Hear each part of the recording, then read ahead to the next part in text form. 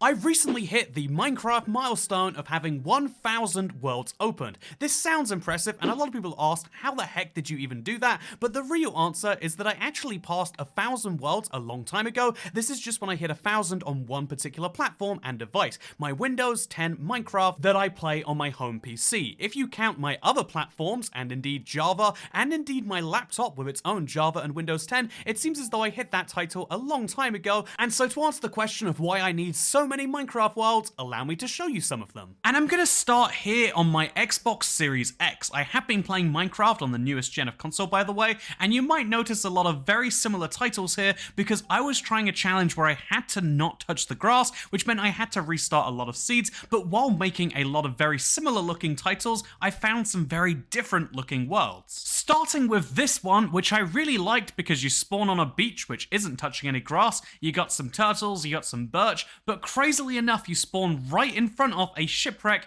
made partially off these lovely spruce logs, but also acacia. You can have spruce, you can have acacia, and you can have birch right in the same place. I really like this as one of the spawn points, but it's not the only interesting seed I found. Also, there's a chest, should be worth pointing out. You can go look for treasure if you want, but it's not just treasure you can find in this seed, which is fun enough by itself. I thought this next seed was pretty cool too, because you spawn on a stone beach with oak, birch, and spruce right next to you, which is kind of fun by itself. I mean, you can mine immediately for iron if you really want to. I mean, it's kind of great to me when you have access to this stuff. It's like being in a giant cave, but the reason I like this seed is because I wasn't touching the grass, so I made a big pathway leading you exactly where the cool things are. And to me, that cool thing is this iceberg biome, which isn't very far from spawn. I mean, I say it isn't very far, you do have to cross an ocean, which is hell, but this is the best type of ocean to cross, because if you jump onto this one, as you can see, wow, it hurts real bad, but then you can do your fun little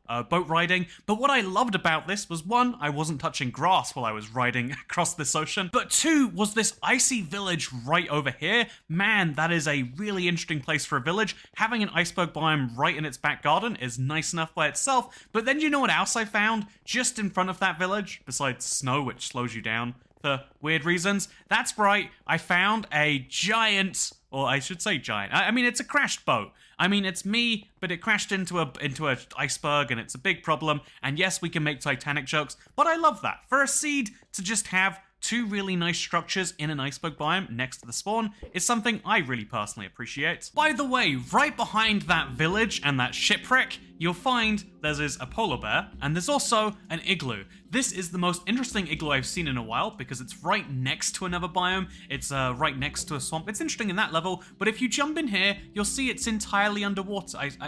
It's entirely underwater, and there is a bed. It's very, very strange, but the thing that really seals the deal for me is the fact that somehow it also has one of these basements in it. So somehow, I don't know precisely how, this all still exists right here. What's the scoop, huh? I also have this world that I just opened up because someone sent it to me. Their name was Prestige Ace, and they said it's such a great seed, and I just rolled my eyes when they said, oh, it's only 1,000 blocks to a jungle temple. Those things are rare, right? But what I found was fascinating because, one, as you can see, you spawn directly in what I was just referencing as being super cool to be near the spawn. This put you right into it, and I thought that was incredible enough by itself. Like, wow, this is a nice spawn point because also, by the way, it's a relatively manageable one, but what is that in the distance? Whoa, look at that. What is that in the distance? It's a mushroom biome. Whoa, that's crazy. But the thing that really makes this seed special, in my opinion, is not this cave which is next to spawn, and wow, it has an amethyst geode in there too. This really is quite the seed, huh? I hadn't done a Seed Sunday covering just an interesting spawn in a while. Maybe that was a mistake, but what is interesting is if we go to the end, which we'll do of the good old lazy creative way of just filling in these portal frames here. Because this is an end where you can go out to the edges and find an end city. I wasn't too floored by that. I mean, only about 50% of the end cities grow big enough to have these ships, but what is special is when you don't have to travel thousands of blocks for the next one, but imagine only having to travel a few hundred. That would be really special, especially if there was a third one just another island away. 3 of these end ships in one place, and there's actually a 4th if you look in this direction. It's not rendering because I'm not looking at it, but wow, would you believe that? 3 end ships, and then actually, this isn't a 4th, is it? Wow, yeah, this is a nub of an end city. These are always the worst ones to find. You know, this whole seed clearly sucks. Only 3 end ships next to each other. What's even the point, am I right? Besides the shulkers. So many shulkers, by the way. Also, all of the loot. I mean, obviously you have to go to the end first, but getting some diamond armor with protection on is a pretty good deal in my opinion. Look at all the diamonds. There's just 10 of them in this chest, and another sick fight. It's ridiculous. There's a lot of stuff. Yeah, there's only 65 worlds on this list, but you'll see things like something saved as nuclear, which is from the 2017 and has to be synced from the cloud, apparently. I don't even think I'm gonna make a backup of this world. I'm gonna live life wild just to see how this one even goes down. Okay, this is how this one goes down. As you can see, this is a normal Minecraft world. Oh, I'm in a stronghold. And also, as you can see, all this TNT, it's not gonna be a problem. Where did all that green, like, concrete powder come from if this TNT is here? What is below the TNT? There's wood. What is below the wood? It is red concrete powder. Why was it green concrete powder? Anyway, so this is my nuclear... this is what I like to call the nuclear apocalypse superflat. So you have until the lava burns through the 2 layers of wood, which obviously is going to happen somewhat quickly, and as soon as that happens, things go badly for you. This obviously does not, even on Xbox Series X hardware, there's just too much happening. The game is like CPU bottlenecked or something.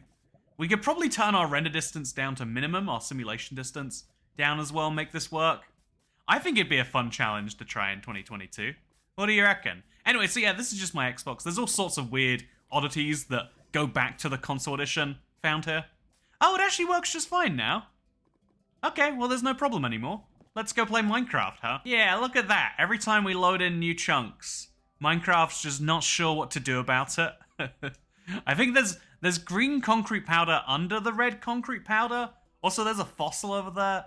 This is just also fascinating if you ask me. Obviously, I can't give you a seed for a world that generates covered in TNT. That's a weird legacy super flat option, which you probably couldn't even make today. And I also can't give you the seed for this world right here. This was my first ever Pocket Edition realm. When I was playing Pocket Edition before it was Bedrock, I made a realm just for fun. I kind of streamed it a bit, and this is what we have. I don't think it was all me. You can tell it's not me because there's things that actually look good here, but you can see the world was vaguely explored, and look at that. There's houses that look better than villager houses. This is definitely not myself. And it's crazy because if you look, see, this was made on iOS. That's, you know, when was the last time I played iOS? You can see the seed for this world all you like, but Minecraft has changed so much since this time that I'm sure this exact same world looks very different. I mean, I can't help but be curious why, so I guess we'll find out. Okay, so what are the odds that it still spawns in a swamp biome? You would guess relatively low, but it's always possible when things change that they accidentally stay the same. Otherwise, you know, because you're not guaranteeing change, you're just, okay, yeah, this isn't a swamp. This is, I mean, it's a nice enough spawn if you like jungle trees, and it's a nice enough spawn if you want to punch a panda, but assuming you want to stay on the right side, okay, there's a village over there too. It's not a terrible seed, it's just not very notable. Speaking of not very notable, I have 259 worlds just on my laptop here alone, and you might think, like, that's a lot of worlds you've opened up. There must be some real variety in there, but a lot of these are, like, work in progress for the various maps I've made. I did a lot of, like, map work while I was on the go, so you'll see things in here like, you know, like the early versions of Scorched, which I made at an airport. This is literally the creative copy I was working on it on. But it's very interesting to see, but you'd also see, like, a dozen copies or 3 dozen copies of the exact same seed because it was popular to speedrun at one point. I could show you all of these different seeds that you can clearly see that I loaded up. Did I miss 36 or was 36 just so good I went back for it? Did I miss 43? Am I this bad at counting? It's really hard to be sure sometimes. Oh, no, yeah, 41 is not good, just cool. Do you want to see a seed that is not good, just cool? Because I know I do. I've got to say, if this is the standard for not good but cool, we have raised our standard significantly. This is just a plains near a forest on one end and near a swamp on the other. I guess it would have had swamp villagers, which is pretty cool. Yeah, there we go. You want some swamp villagers? This is the seed for you. Except even 2020 seeds. We're talking last couple of years. Even this seed won't work because they changed them to be 64-bit. That's why instead of, 9 digits, you need to remember a whole, you know, like a credit card number just to get into a decent Minecraft world, which is fine, some might say. Some might say it's not, though. See, it's funny because whereas my console is filled with these weird nostalgic things we built ourselves way back when, just trying to make some fun out of thin air, my laptop, which I've used for various store Saturdays, has been used for stuff you might describe as a little bit different. Do you remember this? They made a Minions map for Minecraft. First of all, making it is one thing. Sure, there's always a zany mod maker who will make a fire-making hose minion for you. But, like, how did they get the rights to this? I also made, if you recall, there was a Puma, Minecraft map, and then they had a Lacoste partnership, which is already wild enough, but since then they did a Burberry partnership, and they started paying YouTubers to wear Minecraft Burberry stuff. Look at the price of Minecraft Burberry stuff. It's not cheap. Look at this t-shirt. It's hundreds of pounds. I don't understand in the slightest Minecraft co-branding sometimes. I like living through it. But yeah, there's a reason why after this Minion map, they make so much that it's hard to even keep up with it. Like, there was a Batman map, and then there's all the fashion shows, and you can spend a lot of time just goofing around on this stuff, because there is so much being made for the sake of brands now, and it's commercialization of Minecraft in a way I find really fascinating, to be entirely honest with you.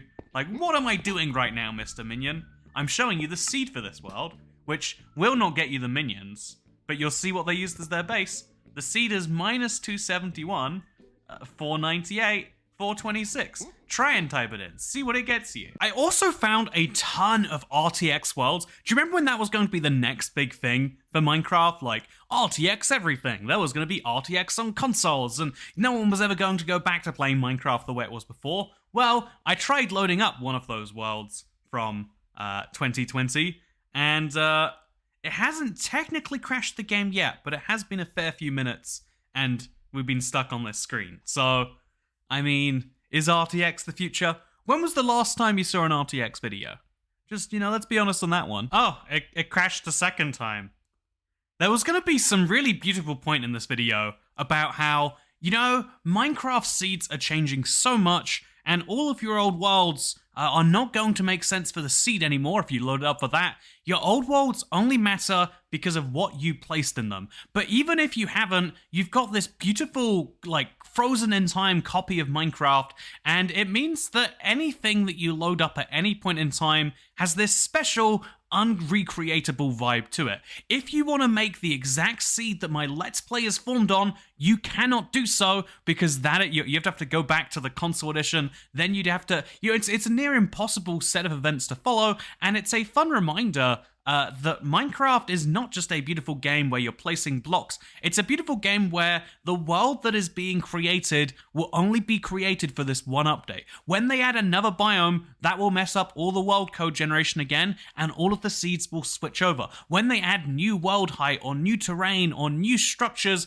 the fact that you have structureless terrain, or old height terrain, or a world with a bedrock floor, even just bedrock in the nether, is something that is there to be treasured, and there are so many ways that is true. This video is one I'm going to level with you. I made because I didn't have access to my 1,000 worlds at home. I'm making this as the last video from while I'm out traveling, and on the way back to that, I have 1,000 worlds that I've loaded up. Each and every one of them is special in their own way, and I think that's beautiful by itself. And I think sometimes we just need to appreciate some of the beauties that are in the worlds that we already have. Or maybe sometimes we need to realize that RTX clearly didn't go anywhere, and next time they try to sell you a console saying RTX will be on there, don't believe them. They'll just crash your system 2 years later, if it even ever works. But yeah, hope you all enjoyed. Buy a Burberry hat. I don't get any money. I think it would be funny. Or don't buy a Burberry hat. Buy something else. Valentine's Day cards, but it's December. Buy them. You want them. Okay, goodbye.